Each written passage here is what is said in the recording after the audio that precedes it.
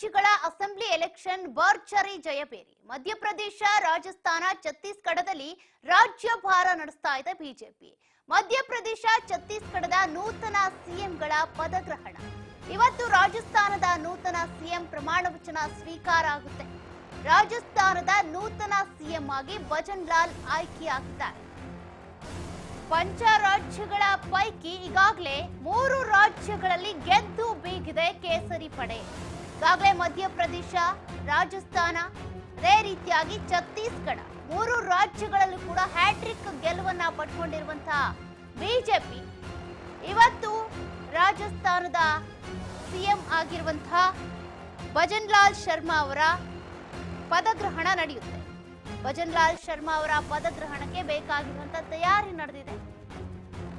ಇನ್ನು ಸಿಎಂ ಆಗಿ ಪ್ರಮಾಣ ವಚನ ಸ್ವೀಕರಿಸಲಿರುವಂತಹ ಭಜನ್ ಲಾಲ್ ಶರ್ಮಾ ಅವರು ಮೊದಲ ಬಾರಿ ಮುಖ್ಯಮಂತ್ರಿ, ಮೊದಲ ಬಾರಿ ಎಂಪಿ ಆಗಿದ್ದಂತಹ ಅವರು ಈ ಒಂದು ಎಲೆಕ್ಷನ್ ನಲ್ಲಿ ಗೆದ್ದಿದ್ದ. ಈ ಬಾರಿ ಗೆದ್ದ ಕ್ಷಣನೇ ಎಂಎಲ್ಎ ಎಲೆಕ್ಷನ್ ನಲ್ಲಿ ಗೆಲ್ತಾ ಇದ್ದಂತೆ ಬಂಪರ್ ಲಾಟ್ರಿ ಸಿಕ್ಕಿದೆ ಅವರು.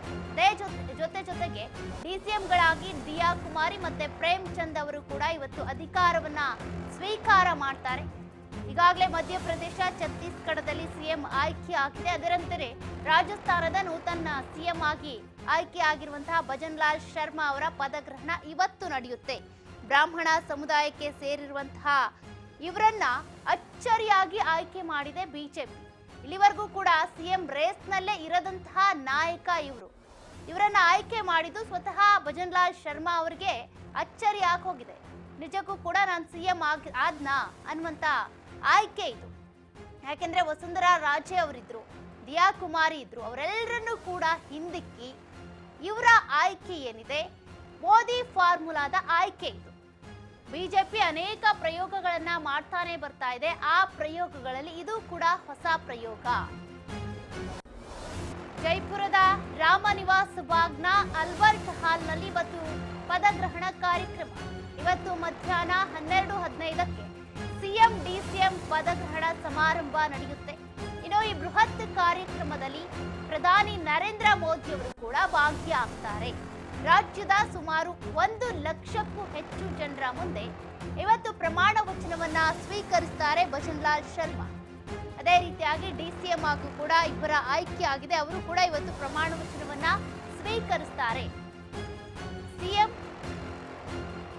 ಸಿಎಂ ಹಾಗೂ ಡಿಸಿಎಂ ಇಬ್ರು ಕೂಡ ಇವತ್ತು ನಡೆಯುವಂತಹ ಪ್ರಮಾಣ ವಚನ ಕಾರ್ಯಕ್ರಮದಲ್ಲಿ ಪದಗ್ರಹಣವನ್ನ ಮಾಡ್ತಾರೆ. 11 ಗಂಟೆಗೆ ನಡೆಯುವಂತಹ ಪದಗ್ರಹಣ ಕಾರ್ಯಕ್ರಮ, ರಾಮನಿವಾಸ್ ನಲ್ಲಿ ನಡೆಯುವಂತಹ ಕಾರ್ಯಕ್ರಮ. ಭಜನ್ ಲಾಲ್ ಶರ್ಮಾ ಅವರು ಮೊದಲ ಬಾರಿಗೆ ಶಾಸಕರಾಗಿದ್ದು, ಶಾಸಕರಾಗ್ತಾ ಇದ್ದಂತೆ 1 ವಾರ ಕೂಡ ಕಳೆದಿಲ್ಲ ಶಾಸಕರಾಗಿ. ಆದ್ರೆ ಸಿಎಂ ಆಗಿ ಆಯ್ಕೆ ಆಗಿದ್ದಾರೆ. ಬಂಪರ್ ಲಾಟ್ರಿ ಅವರಿಗೆ. ದಿಯಾ ಕುಮಾರಿ ಅವರು ಡಿಸಿಎಂ ಆಗಿ ಆಯ್ಕೆ ಆಗಿದ್ದಾರೆ. ಇವರು ರಜಪೂತ್ ಮನೆತನಕ್ಕೆ ಸೇರಿರುವಂತವರು. ಅದೇ ರೀತಿಯಾಗಿ ಪ್ರೇಮ್ ಚಂದ್ ಬೈರ್ವಾ ಇವರು ಎಸ್ಸಿ ಸಮುದಾಯಕ್ಕೆ ಸೇರಿರುವಂತವರು.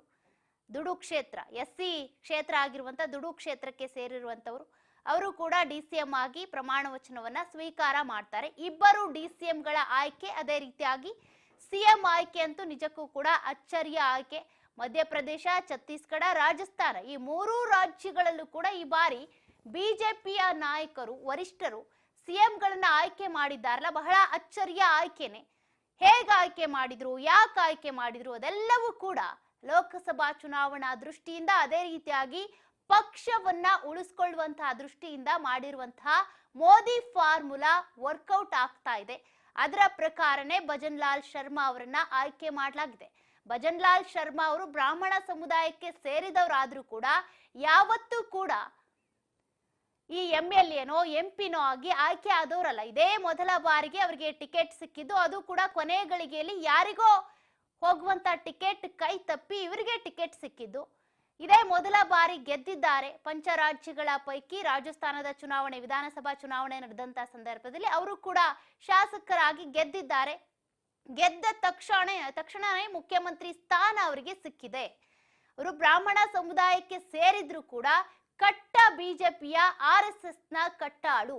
ಹಾಗಾಗಿನೇ ಅವರನ್ನ ಆಯ್ಕೆ ಮಾಡ್ಕೊಂಡಿರೋದು. ಇಲ್ಲಿ ಮೋದಿ ಫಾರ್ಮುಲಾ ವರ್ಕೌಟ್ ಆಗ್ತಾ ಇದೆ. ಅಂದ್ರೆ RSS ನಲ್ಲಿ ಯಾರು ಕಟ್ಟಾಳು ಆಗಿ ಗುರುತಿಸಿಕೊಂಡಿದ್ದಾರೋ ಅವರನ್ನ ಮುಂದೆ ತರುವಂತಹ ಪ್ರಯತ್ನವನ್ನ ಪ್ರಧಾನಿ ನರೇಂದ್ರ ಮೋದಿ ಅವರು ಮಾಡ್ತಿದ್ದಾರೆ. ಈ ಹಿಂದೆ ಅಡ್ವಾಣಿ ಮತ್ತೆ ವಾಜಪೇಯಿ ಅವರು ಯಾವ ರೀತಿಯಾಗಿ RSS ನ ಕಟ್ಟಾಳುಗಳನ್ನ ಆಯ್ಕೆ ಮಾಡ್ಕೊಳ್ತಾ ಇದ್ರು, ಅಂದ್ರೆ ಪ್ರಧಾನಿ ನರೇಂದ್ರ ಮೋದಿ ಅವರು ಕೂಡ 90ರ ದಶಕದಲ್ಲಿ ಅವರನ್ನ ಆಯ್ಕೆ ಮಾಡ್ಕೊಳ್ಳೋದಕ್ಕೆ ವಾಜಪೇಯಿ ಅವರು ಸೇರಿದಂತೆ ಅನೇಕ ನಾಯಕರು ಹೇಗೆ ಮುಂದಾದ್ರು, ಅದೇ ರೀತಿಯಾಗಿ ಈಗ ಪ್ರಧಾನಿ ಮೋದಿ ಅವರು ಕೂಡ RSS ನಲ್ಲಿ ಗುರುತಿಸಿಕೊಂಡಂತಹ ನಾಯಕರನ್ನೇ ಆಯ್ಕೆ ಮಾಡ್ಕೊಳ್ಳೋದಕ್ಕೆ ಮುಂದಾಗ್ತಾ ಇದ್ದಾರೆ. ಅದಕ್ಕೆ ಫಾರ್ ಎಕ್ಸಾಂಪಲ್ ಈಗ ಪಂಚರಾಜ್ಯಗಳ ಚುನಾವಣಾ ಪೈಕಿ 3 ರಾಜ್ಯಗಳಲ್ಲಿ ಗೆದ್ದಿದ್ದಾರಲ್ಲ, ಛತ್ತೀಸ್ಗಢ, ರಾಜಸ್ಥಾನ ಮತ್ತೆ ಮಧ್ಯಪ್ರದೇಶ, 3 ರಾಜ್ಯಗಳಲ್ಲೂ ಕೂಡ ಜಾತಿ ಲೆಕ್ಕಾಚಾರದ ಮೇಲೆ ಅವರನ್ನ ಆಯ್ಕೆ ಮಾಡ್ಕೊಂಡಿಲ್ಲ.